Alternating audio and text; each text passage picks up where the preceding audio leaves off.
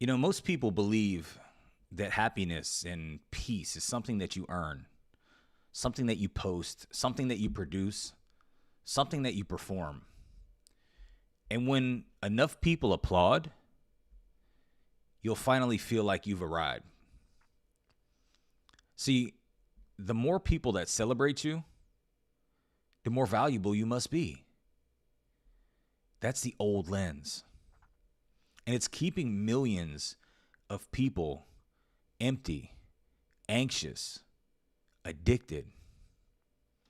I call it notification addiction. But it's truly the approval addiction that's destroying so many people's lives right now. And in this video, I want to talk about the new lens. I want to help you have a perspective pause. I want to help you adjust your focus. I want to help you zoom out. Because happiness was never meant to come from outside. You don't need the world to conform. I mean, it even says it in the Bible, right? In Romans. Don't be conformed by this world, but be transformed by the renewing of your mind. But we don't need the world to confirm. Nevertheless, conform. We don't need the world to confirm what God already settled. You see, the happiest people that I know are really, the happiest people that I know are not the ones that have the most. They're the ones who make the most out of what they have. And today we're going to talk about why that is so much harder than it sounds. It's crazy. I've met so many people I in my lifetime, people that have absolutely nothing and people that have so much, millionaires, billionaires even. And it's crazy. You would think that they would be the happiest, but sometimes they're the most miserable because they're chasing more. So before we go any further, though, I want to ask you something. When was the last time you posted something and then checked your phone every 5 minutes to see how people liked it? Honestly. Or felt a little empty when nobody responded? Or felt like maybe, just maybe, what you put out there wasn't good enough? I want you to sit with that for a second. Because what I'm about to share with you in this video, it's not just a motivational thought. It's backed by science and real research. And it's going to change the way that you see yourself. This is going to shift your perspective. This is the perspective pause. Every Wednesday we get together to help you see that you don't need a new life. You just need a new lens. And in this video, we're going to go deep into exactly why some of the things you may be doing, maybe killing your happiness, your peace, your brain, and maybe destroying your life. So here's the research. Let's get into it, right? What science actually says is that when you post something on social media and you get a like, you get a comment, you get a share, right? Your brain releases dopamine. The same neurochemical released by drugs, by alcohol, by gambling, by anything that's pretty much addictive. I mean, research has shown that social media activities or social media activates the exact same brain regions involved in substance addiction. So let's let that sink in for a minute, right? The same brain regions. This is not a coincidence. This is by design. I used to hear a lot of people say this when they think about social media because social media is free, right? Well, I want to tell you something. That if the product that you have access to is free, then that's not really the product. You are the product. You are the product. The data that people retrieve from your behaviors and the things that you do is more valuable than just about anything on this planet. Because if people have the data, then they know how you think. They know what you want. They know where your pain is. They know what makes you happy. They know what brings you peace. They know where they can keep you going and keep you hooked. seeking for validation, seeking for approval, seeking for that next dopamine hit from somebody, maybe a stranger, maybe somebody you've never met, maybe somebody's opinion that doesn't even matter, maybe a robot, it might even be real, y'all. Like there's so many bots on the internet that are trying to engage with you to feed in to the area in which you're searching the most. And through the data, they know exactly where that is. They know exactly where you feel empty. They know exactly where you feel lost. But what happens when you don't get fed that dopamine? Because these platforms are built like slot machines. You pull the lever, you post the content, and sometimes you win and sometimes you don't. Because that's the game that you're playing. And that unpredictability of not knowing if this post is going to be the one that goes viral is exactly what amplifies the dopamine response. It's the same reason people can't stop gambling. They don't know which pull is the jackpot, so they keep pulling. And here's where it gets a little bit deeper, right? Is early on, you get a hit from the likes, and that dopamine spike feels good. It feels like validation. It feels like proof that you matter. But over time, the pattern shifts. And now you're not even posting to chase the high. You're posting to avoid the low. I see people all the time and say, you got to be consistent. You got to post it so many times a day. Yes, but you must be intentional in what it is that you're posting about. You could just be posting things because you want to post them. What's the big deal? People post pictures of their families and kids, and most people could care less. But it makes them happy. But do you find yourself going back every 2 or 3 seconds to see who liked it? And then why did they like it maybe? And then, checking their page and going down. You could get addicted very fast to the attention that's given to you. And if you live for that attention and validation, then you will die by that distance, silence, and rejection. I don't know if this is adding any value to y'all this morning. Drop some rockets in the chat. Subscribe and like to the channel if you've never been here before. We go live every Wednesday. Try to post shorts throughout the week to just help you shift your perspective, y'all. Because if you don't change the way you look at things, the things in your life will never change. Period. And I just want to tell you that you don't need a new social media handle. You don't need another post. You don't need a new viral post to feed your insecurity. You need a new lens. You need to be intentional. A 2018 study published in the Journal of Social and Clinical Psychology said they found that limiting social media use led to significant reduction in both loneliness and depression. Yeah, you heard that right. The thing that you feel like you're using that makes you more connected may actually be making you more lonely, more depressed, more empty, more stressed, more anxious, more time seeking approval. And researchers found that some people are biologically more susceptible to this based on their dopamine receptor genes. I mean, you've probably heard some people have addictive personalities. Well, some of us are literally wired to feel this more intensely. And this isn't weakness. This is neuroscience, right? It's not like, oh, some people are weak. No, this is your genetics. And here's the question that like a lot of people are not asking anymore. It's like, what are you addicted to? If it's not the app, if it's not the platform, then you are addicted to the feeling that you finally matter. Here we go. Now we're getting into the meat and potatoes here, y'all. You're addicted to the feeling that you finally matter. So you may not think that you're addicted to the notifications. You may not feel like you're addicted to the likes and the comments and the subscribers. You may not feel like you're addicted to the new follower count. You may not feel like you're addicted to all of that. And you may not be addicted to those things. But you may be addicted to the feeling that you finally matter.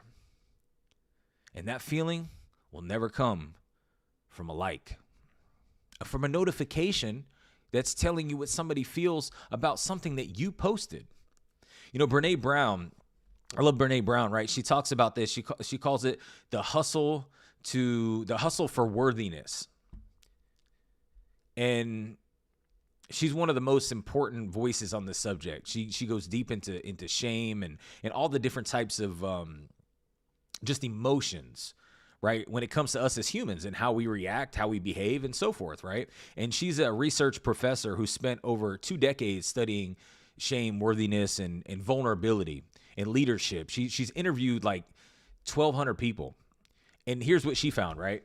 That there's a group of people who live differently, and she called them the wholehearted. And what set them apart wasn't their achievement. It wasn't their income. It wasn't their follower count. It wasn't their applause. It was one thing. They believed they were worthy of love and belonging.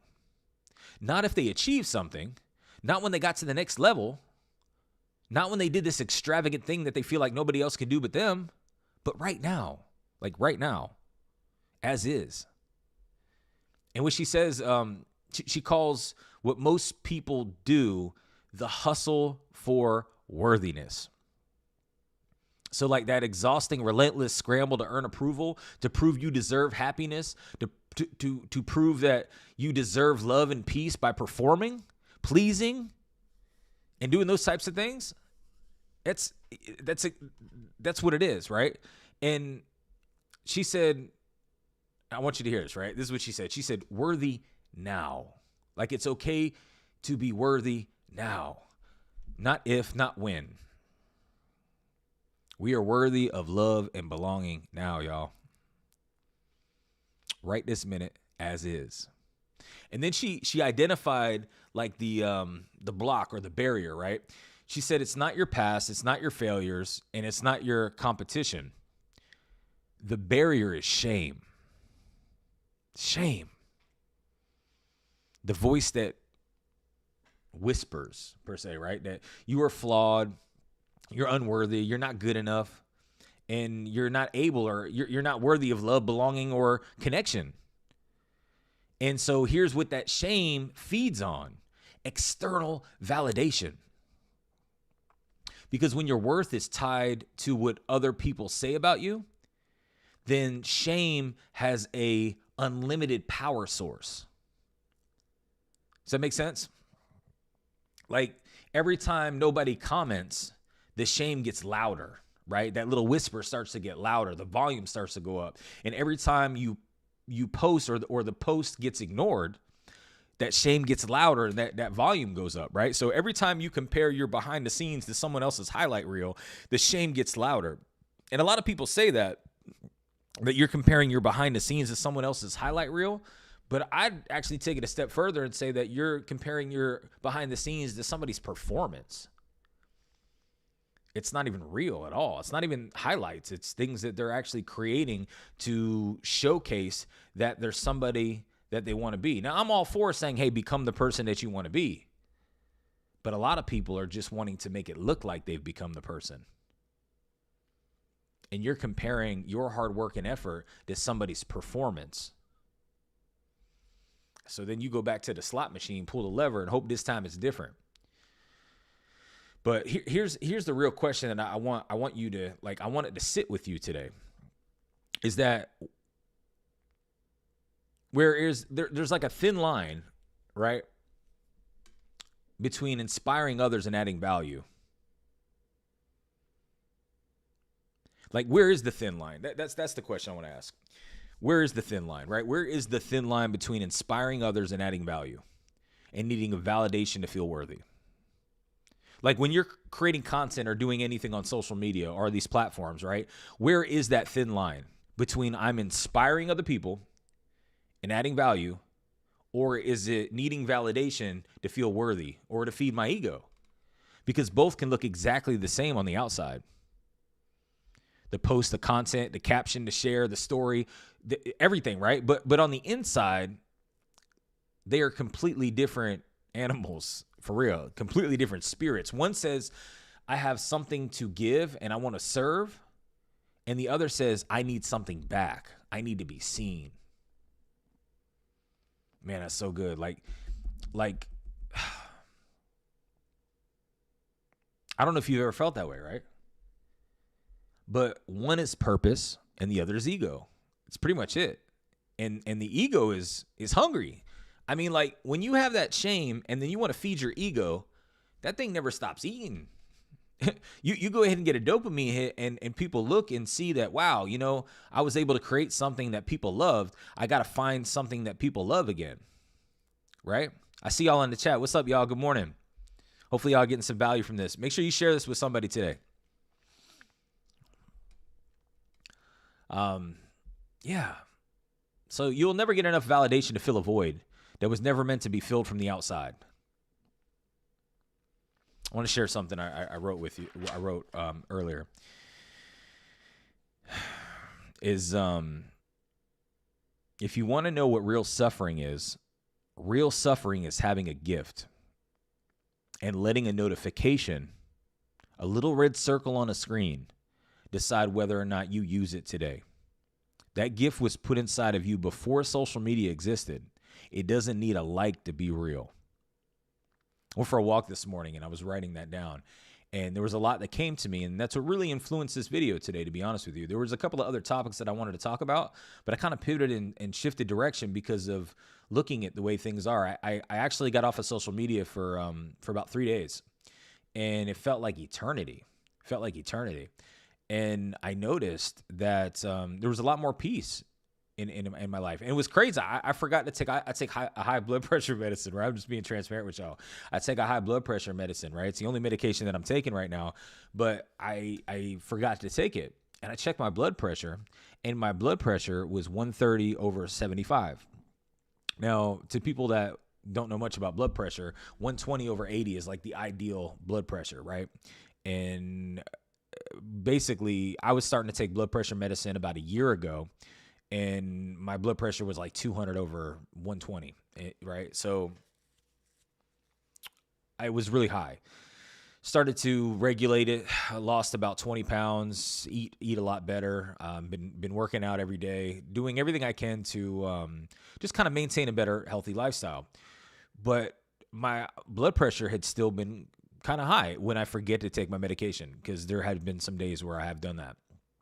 And so I forgot over the last couple of days. And because I had just kind of like all my routines changed, and I had a lot of things that were going on that caused me to do some different things that I have been doing. But it's interesting to know that being off of social media, I believe, played a major role. I didn't feel like I had to keep up with things. Now, granted, if you're a business owner and you need automations, you need something to, because there's a difference on social media between a consumer and a producer, right? And I think that's where we're at, right? It's like that if you're a producer, you're producing things to add value for other people. Or like I'm talking about in this video, you're producing things to fill a void, to get validation, to feed your ego. But if you're consuming, it could be feeding into the producing at the wrong perspective, right? So what I mean by that is, like, if you're just constantly consuming content and seeing what everybody else is doing, that can make you feel like you're actually behind. Like you're actually not where you need to be, but you're exactly where you need to be. And we have to stop allowing what we see other people doing to make us feel as if like we're just empty or we got to keep up, because you could be doing something in real life, and you could walk away from something so real and so magical and so incredible, and the momentum that you're building in your life right now, to walk away from that because you see what somebody else is doing that's not even real. Not even real. Trust me, I can expose a lot, but that's not the point of this video, right? The point of this video is to kind of let you know that you're not addicted to social media. You're addicted to the feeling that you finally matter. And that feeling is never going to come from a like. Right? Like really finally matter. That has to come from the inside. It has to come from the inside. Mike Tyson, I always used to love what he said. It was a quote. He said that everybody has a plan until they get punched in the mouth. What do you do when you get punched in the mouth? When, let's say, with the algorithm on social media punches you in the mouth, when your post flops, when the live has 3 viewers, right? When nobody shares. I mean, like right now on this live right now, looks like we have 4 people watching on this live. Some people may say, man, that's only 4 people. I value every single one of you. I don't know who is watching right now. I see a couple people that I recognize, like Keith, Orlando. But anybody else that's watching this, drop some rockets in the chat. I'll know who's checking this out if you'd like to. You don't have to, but I have no idea, right? But man, I'm grateful to actually be serving. Like, what's really cool about this is YouTube, right? So it has a long shelf life, right? Last time I checked, they don't expire. So these videos will be here forever. So if I create a video and something happened to me tomorrow, the video is going to outlive me. So think about that, right? If I have some value to give, what's amazing is that anybody can come here and get this later on. So that's one of the biggest reasons why I'm doing this, is because it has a long shelf life. But yes, a lot of the things that you may do may not get a lot of attention, but the people that saw it needed it.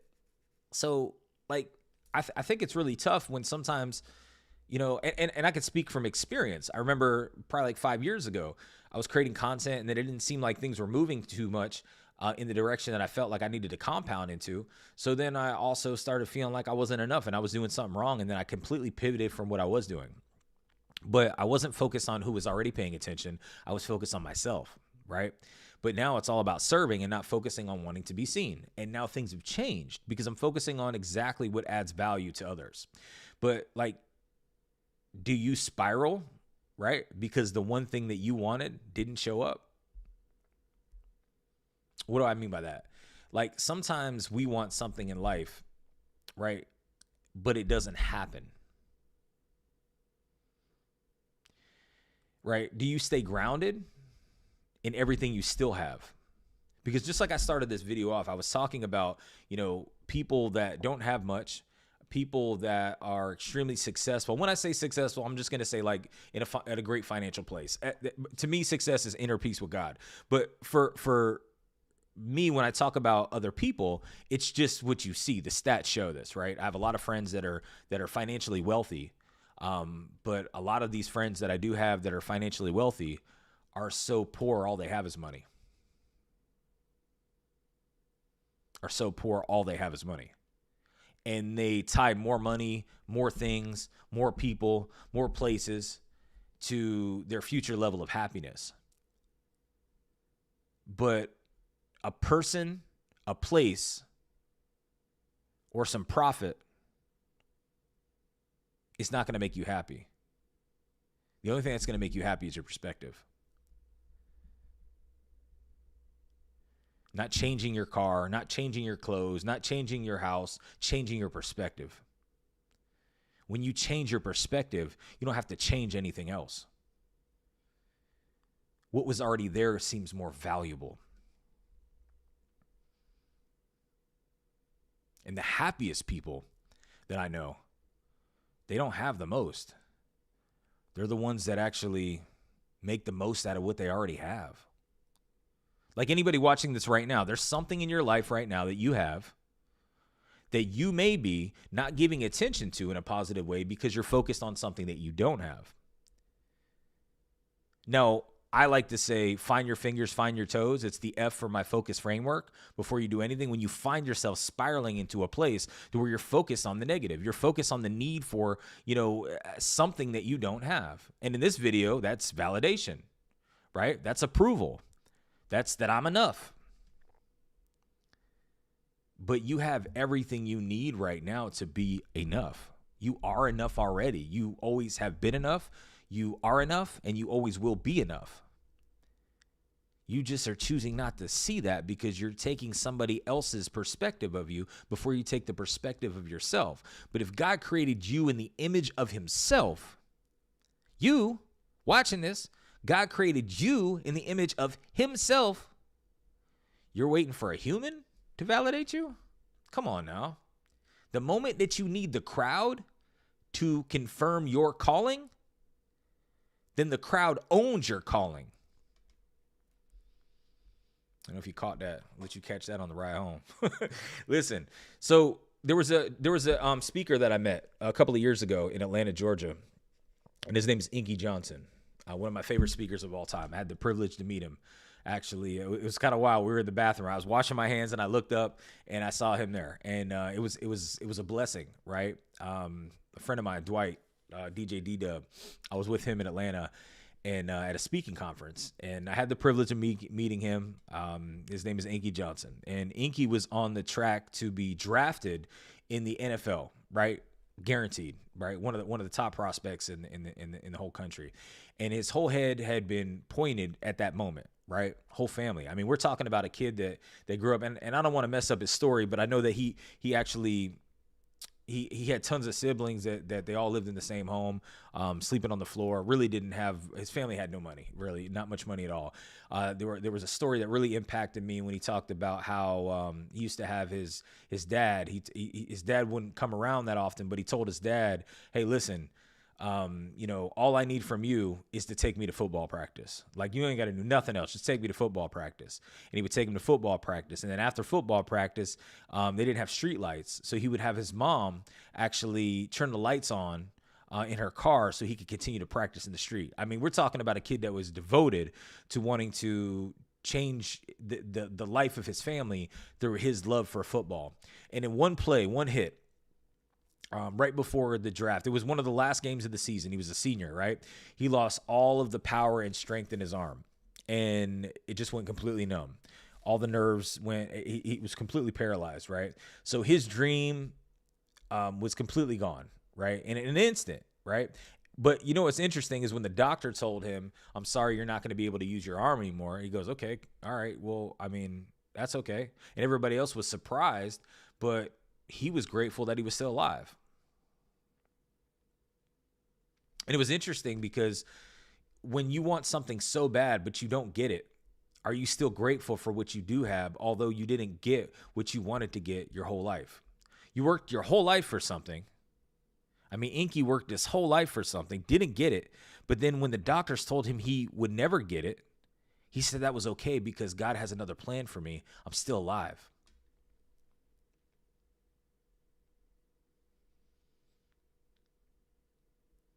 He wasn't bitter about the one thing that he didn't get to keep. So let me ask you something. Like, God forbid, if you got into a car accident today, if you lost the mobility of your legs, your arms, if you lost any of that, right, would you still be grateful for what you currently have? Or would you be consumed by what you didn't get to accomplish or what was taken away from you? And that's not a hypothetical question. That's a character question. And it'll tell you everything about where your peace is actually living right now. Is it living in the objective of achieving something, which I always like to call as destination disease? Or is it living with inside you right now in this very moment? Because if the celebration from the outside is a gift, celebration from the outside is a gift. Celebration from the inside is a lifestyle. One that you receive. And the other one you practice.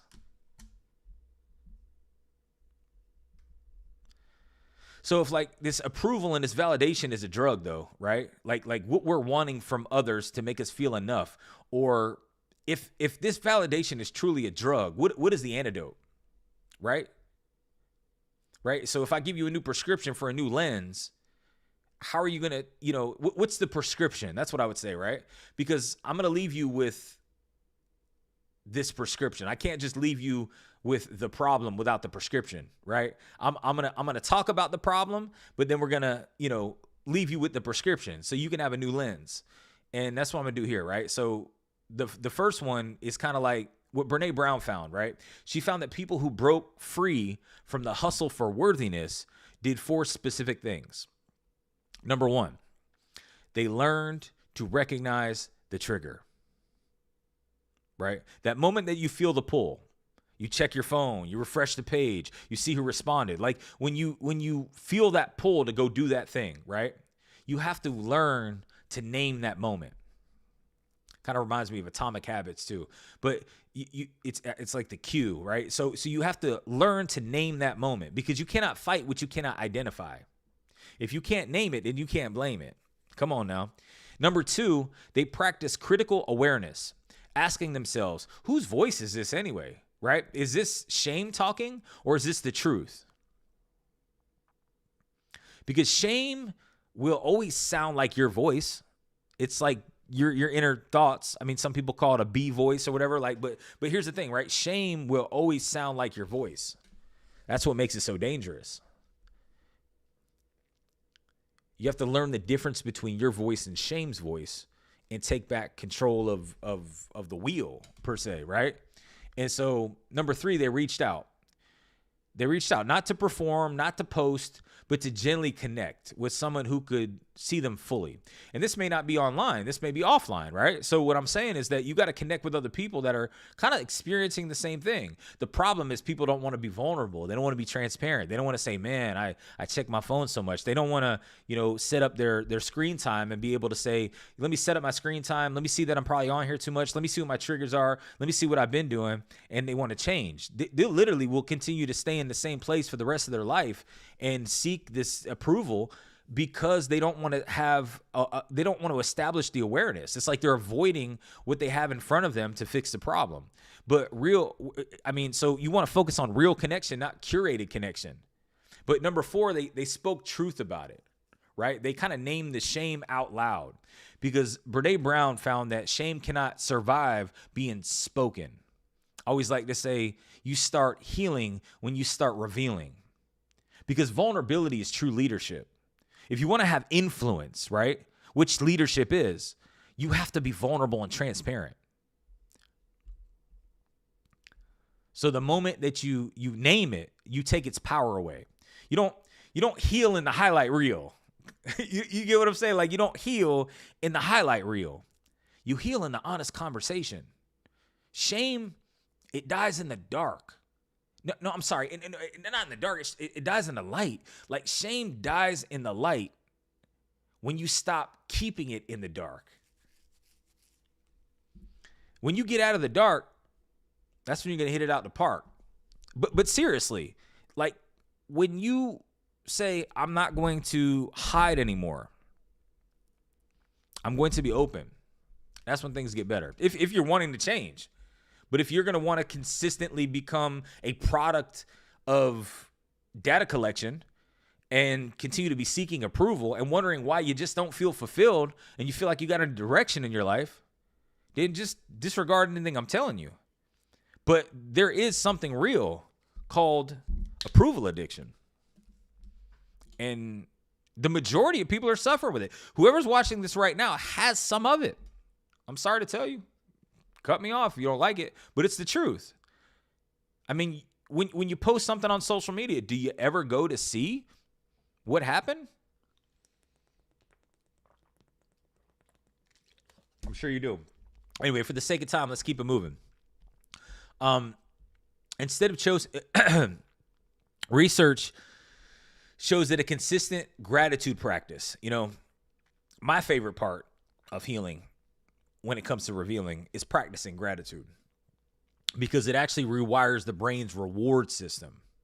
And instead of chasing dopamine through external validation, gratitude produces the same neurochemical response from the inside out. So you're not eliminating the reward system, you're actually redirecting it. So from the slot machine to something that actually fills you. Like, think about that, right? The same brain that got wired to crave the likes and comments can be rewired to find the same satisfaction in which you already have. There was a book by, I think his name is Daniel Ruiz. Daniel Ruiz. He wrote the 4 Agreements, but he also wrote a book called The Mastery of Love. And in a chapter in there, it's really good. He talks about the magic pizza oven. I don't know, look it up. It's really good. But he talks about we have everything that we need already to provide happiness for ourselves. The problem is that sometimes we allow somebody else to give us something that we already have and then put a expectation on it. But through everything that I'm saying today, the most powerful thing that I could tell you is you don't need a new life. You need a new lens. And gratitude is the prescription that changes absolutely everything that you see. Because gratitude doesn't change what's around you. It just changes how you look at what's around you. It changes the level of value of what's around you. So Wayne Dyer, right? Wayne Dyer, I've been reading a couple of his books lately, and I don't know if you guys are familiar with Wayne Dyer at all, but I'm reading a book right now, and it's the 10 Secrets to Inner Peace, right? And the first chapter, he talked about be open to everything and attached to nothing. Pretty much, there is a difference between enjoying what you have and needing it to stay. There's a difference between wanting more and being incomplete without it. And that difference is peace. And I want to add what Wayne Dyer said. When you finally detach from anything, that's when you could truly feel peace. When you detach from anything. And I kind of wrote something down, I remember in the book, on one of the pages that came to my mind, and this was just my perspective on it. I wrote down, when you finally detach from anything, that's when you can fully hold on to everything. And that everything to me is peace. Because I don't feel there's anything more valuable than that. Your relationship with God, like when you know that you have a strong relationship with God, that's peaceful. And peace isn't like the absence of pressure. We all feel pressure. We all want to grow. I mean, yeah, I talk about gratitude, but we still got to grow, right? And peace is not the absence of pressure. It's the presence of something that no pressure can break. No pressure can touch. So hopefully you guys got some value from this video today. I think I'm going to close out here in a second. I think the most important thing is just to know that when you become aware that you see that there's an issue, address it before it's too late. Because this stuff gets hardwired into your brain. And solution. The solution that I feel like is the strongest for me is kind of like God's answer in the Bible. And he gave you the ultimate prescription, right? Because a lot of people are looking for their purpose or their will, right? I hear it all the time. You see it all the time. Hey, if you want to find your purpose, this and that, right? But before all the research that I discussed today, before the neuroscience that we talked about, before Brené Brown wrote a single word, in the Bible, it was 1 Thessalonians 5:16 through 18 that said, rejoice always. Pray always. Give thanks in all circumstances, for this is the will of God in Christ Jesus for you. What does that mean? It means to always be joyful. Never stop praying. Be thankful in all circumstances. What does that mean? It means no matter what, pray as much as you humanly possibly can and give thanks in everything that you possibly have. And this is the will for you. God's will for you in Christ Jesus. So think about that. My purpose is to go ahead and achieve this. My purpose is to go do that. My purpose is this. I think my purpose is this. I think God told me my purpose is that. I was praying last night and God told me my purpose was that. Before any of that, and no offense to anybody that says they're a prophet, because if you believe you are one, maybe you are one. I don't know. But I'm very reluctant when it comes to people just saying, hey, man, I heard the voice of God and this is what he said. I'll kind of go back to the voice of God that was documented. And that doesn't say that God's not speaking to you. I got to be very careful with my words here, because miracles still happen now. It's not only what was in the Bible that is godly. I mean, God is still here. I mean, we have the Holy Spirit in all of us. I mean, that's a long conversation. But I will say this.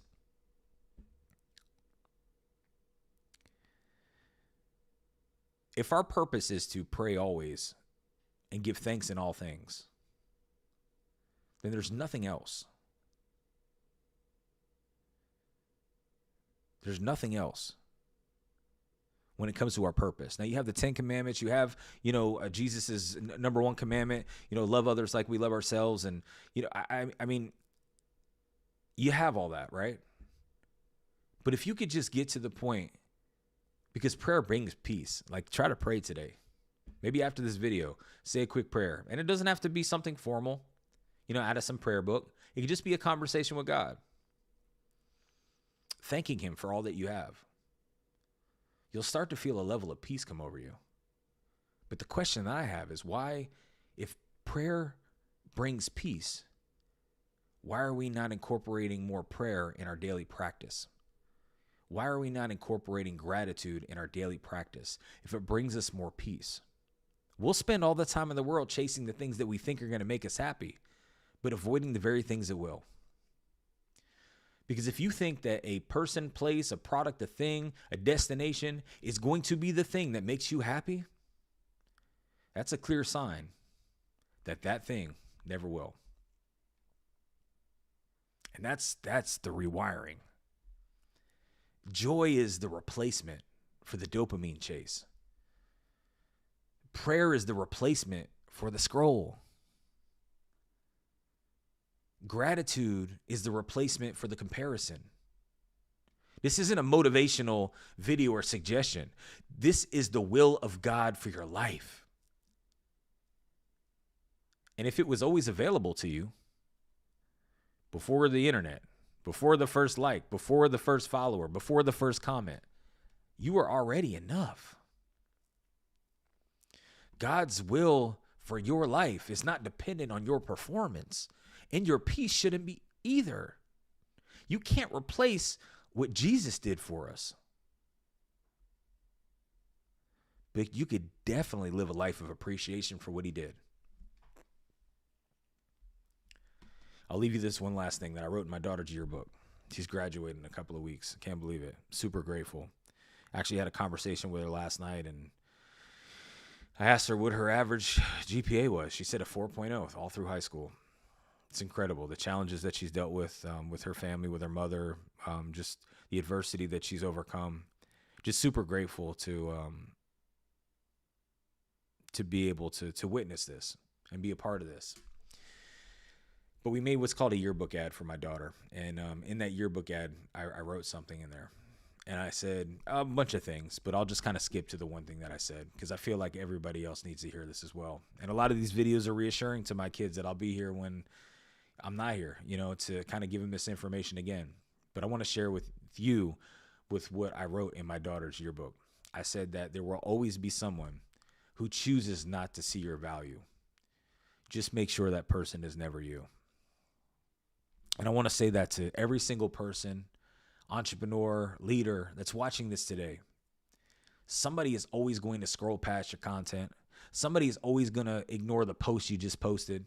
Somebody's always going to choose not to see what you bring. But this is not your measurement.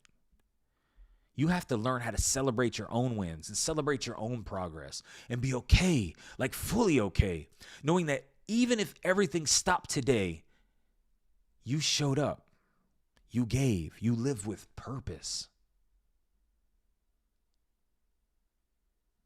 There will always be someone who chooses not to see your value. Just make sure that person is not you. So here's the perspective pause. Here's the perspective shift. The happiest people I know aren't waiting on more. They're present with what they already have. Not because their circumstances are perfect by any means, but because they stop making their circumstances the condition for their peace. Define what success looks like to you, not what the algorithm rewards, not what gets the most applause. Many people will say many things and send you in many directions, but start in the Word. Thessalonians tells you exactly what God's will is for your life, and then make the most out of everything that you already have. Focus on all that you have, not the one thing that you don't. You don't need a new life. You need a new lens. This has been another episode of The Perspective Pause. This has actually been episode number 28. This has been 28 weeks straight. We've been going live here. Anybody that's currently watching this to the end, drop a 100 in the chat so I know. Well, not on this, but once the video publishes, go ahead and comment on this video. And let me know your biggest takeaway. Any quotes or anything that you took away from this. It would mean the world for me to know. I don't get too many comments on these live streams. I don't know how much value they're bringing or anything like that. But when you do see that this publishes tomorrow, it'll be available, but it'll publish tomorrow. Please go ahead and comment. Give me any type of feedback that you have for me. Maybe something you agree with, maybe something you don't agree with. That's cool too. I love to know who I'm talking to and what you're taking away from this. But most importantly, just make sure that you know that you're enough. You're enough. You're enough. And until you change your perspective around the way that you look at things, nothing else is going to change. Let's go, man. Let's go. I appreciate you on here. I'm going to share one thing that I pulled over here that I wrote. One more thing that I wrote this morning. And I was going to say what like nobody else is willing to say, but you know, some of y'all aren't burnt out from the work. You're just burnt out from the performance. You may be exhausted from pretending that every single post is fire, every single day is a win, and everything is working. When deep down, you're sitting there waiting on a notification to tell you it's okay to exhale. Put the phone down, exhale anyway. Here's the thing. You're doing incredible at what you're doing. Keep up with yourself. Because the only person that you're going to spend the rest of your life with is you. The only person you're guaranteed to spend the rest of your life with is you. So make sure you're happy with you. Don't allow somebody else to dictate your worth. And stop trying to impress people or trying to make people happy or taking opinions from people that aren't even happy as if it's something that needs to be your truth. If other people, they want to give you their opinion, cool. But just know that you don't need to accept it because they were their opinions. They were never yours until you accept them. Appreciate y'all. Appreciate everybody that's watched this whole video. And I'm just super grateful that we're in a position in the season to be able to share content like this. But most importantly, make sure that you celebrate yourself today. There's no small wins, y'all. And I'll see y'all next week, man. God bless y'all. Peace.